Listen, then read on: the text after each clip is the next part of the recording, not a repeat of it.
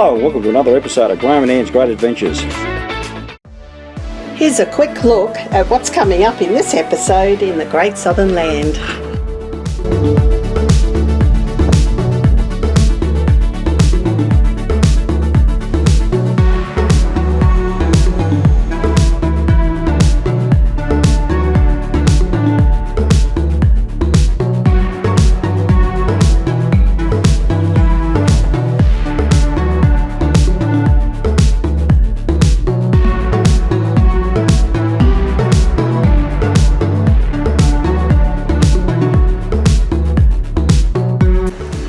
This week we're exploring the Great Southern Land in Western Australia, bordered by the Southern Ocean of about 250 kilometres of coastline up through to the wheat belt.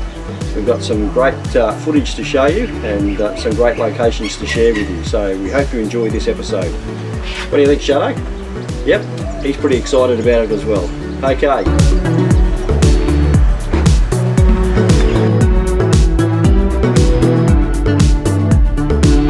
We commence this adventure at Bustleton in Geograph Bay.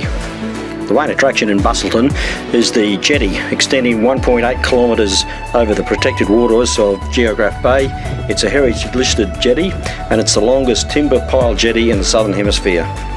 While we're walking out, we spotted some seagulls looking after their young on the old timber jetty that runs alongside the new one. They lay the eggs out here. It takes generally about 3 weeks for them to hatch, and then generally they don't leave the nest for about 5 to 6 weeks after that. They do have a train that comes out to the end of the jetty, but we enjoyed the walk. It was a beautiful day.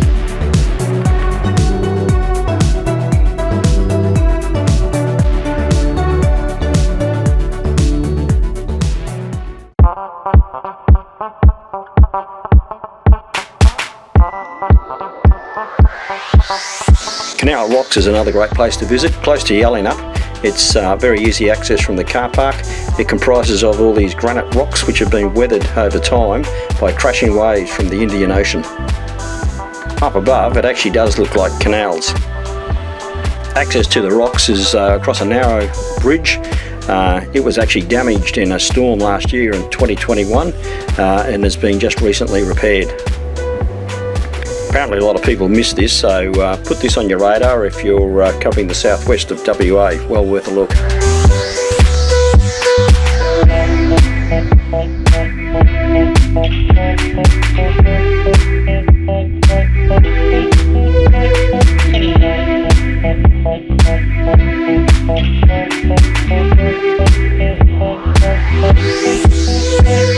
While we're at Yallingup, we were able to stay with Ann's sister's friends. Thanks very much, Pete and Caroline, for having us. Many towns in the southwest corner of WA end in the suffix up, and the meaning comes from the Aboriginal language, meaning the language of the Noongar. And one of these little towns, Caravan, is now famous for its cow-themed attractions, which are all through town. Our next stopover is 280 kilometres south of Perth, Nannup, sitting on the Blackwood River, another great stopover. Local folklore is full of stories of unconfirmed sightings of these Nannup tigers in the local woods, believed to be belonging to the same family as the Tasmanian tiger.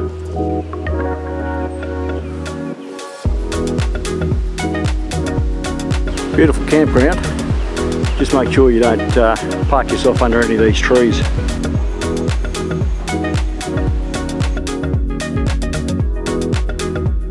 The reconciliation pathway consists of a series of hand-painted concrete slabs featuring Indigenous art themes. It aims to reflect traditional contemporary Noongar culture and storytelling of the local people, and it leads on to a bridge across the Blackwood River. Conspicuous Cliff is a beautiful beach 13 kilometres east of Walpole. It's named after a limestone cliff sitting on top of a large headland which dominates the beach.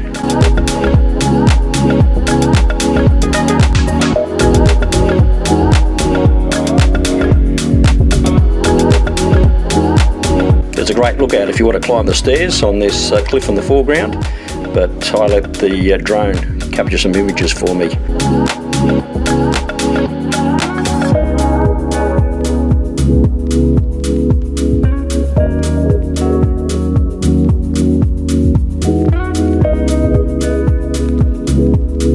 Next we enjoyed a drive through the Walpole Forest with the drone following us closely.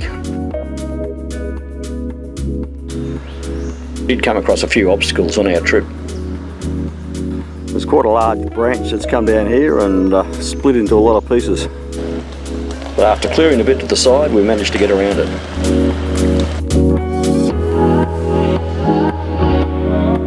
To get an idea how big these trees are when they're fallen across the track and then they're being cut by the rangers.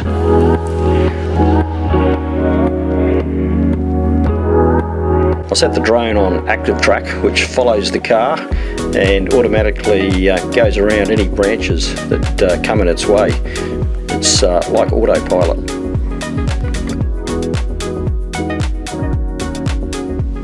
The Valley of the Giants Treetop Walk is another great attraction to look at, situated between Denmark and Walpole.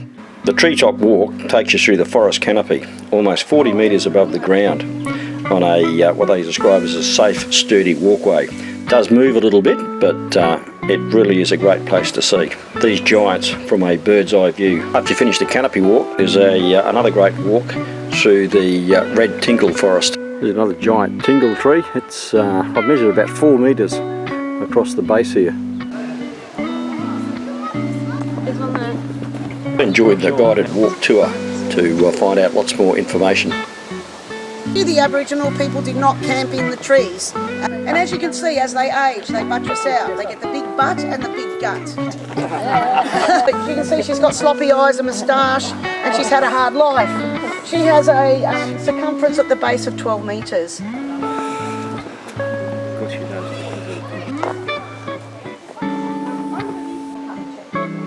Now, how big are these trees? They're big enough to park your Holden in.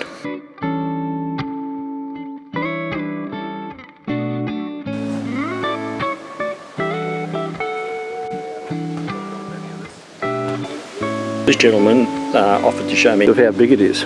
Yeah. Thanks for that.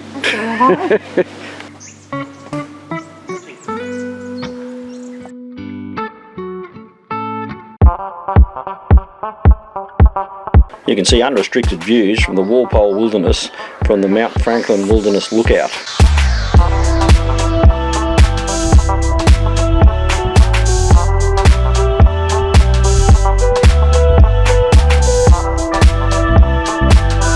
And there is a long hike up to the summit with some very steep steps, but again we sent the drone out to do all the hard work. The summit trail takes you to the top of Mount Franklin and takes in the Towerman's Lookout, where there is absolutely spectacular views over the Walpole Wilderness area.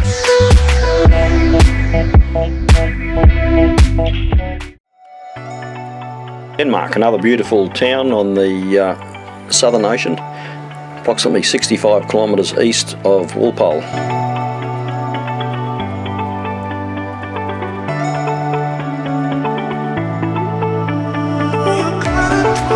One of the coastal attractions is a short walk from the car park to a lookout over Elephant Rocks. Elephant Rocks, the name, is derived from a series of exposed rocks which from several angles resembles a herd of elephants. The rocks are a natural formation and they're made from basalt rock, formed in a volcanic eruption.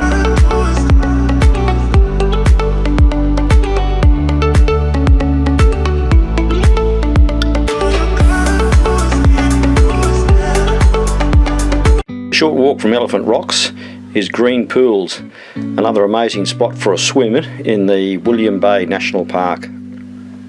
The sandy white beach, ringed by large granite boulders, prevents the large swell from Southern Ocean reaching the shoreline, which makes it a very popular beach for swimming in the warmer months.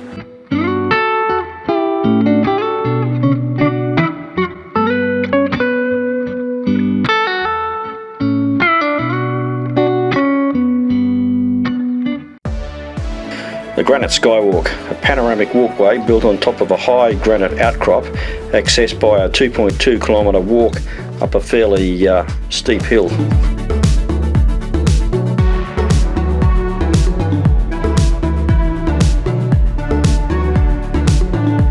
With spectacular views across farmland The scenery is stunning and worth the moderate walk uphill to get to the skywalk. The climb is approximately 270 metres from where you start, and when you get up to the top it's around about 560 metre elevation. It's about 40 minutes north from Albany, and it's another spectacular hike you need to put on your must-do list when you're travelling across the country.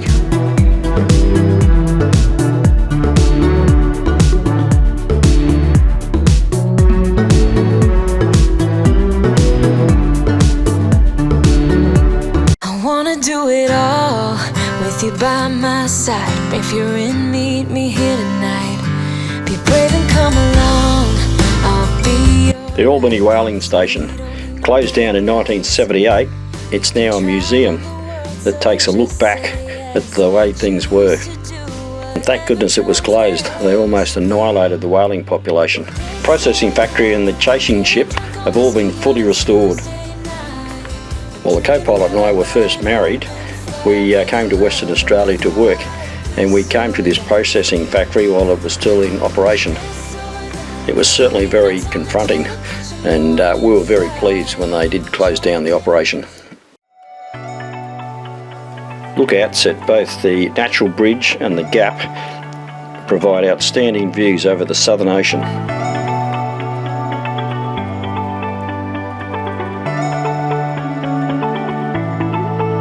The surging power of the Southern Ocean is evident in the Gap, and from standing on this cantilevered stainless walkway above it, it is a spectacular view. Opened in 2016 at a cost of $6.1 million, the Gap and the Natural Bridge facilities are another big tick for National Parks, Western Australia.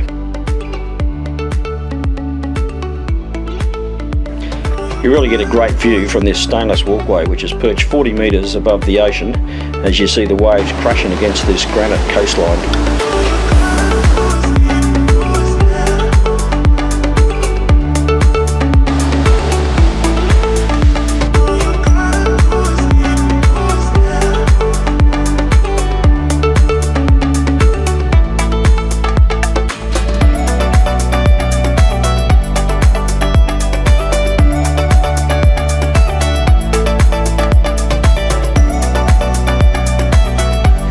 And again, we've got some more great vision from the drone of this spectacular coastline down here in WA.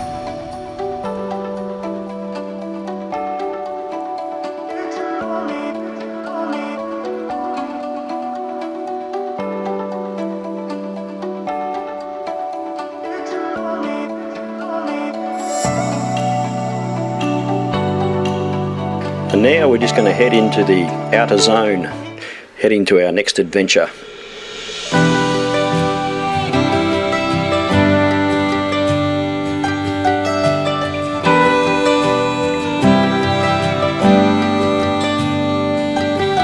I wanna take you out, show you the time of your life.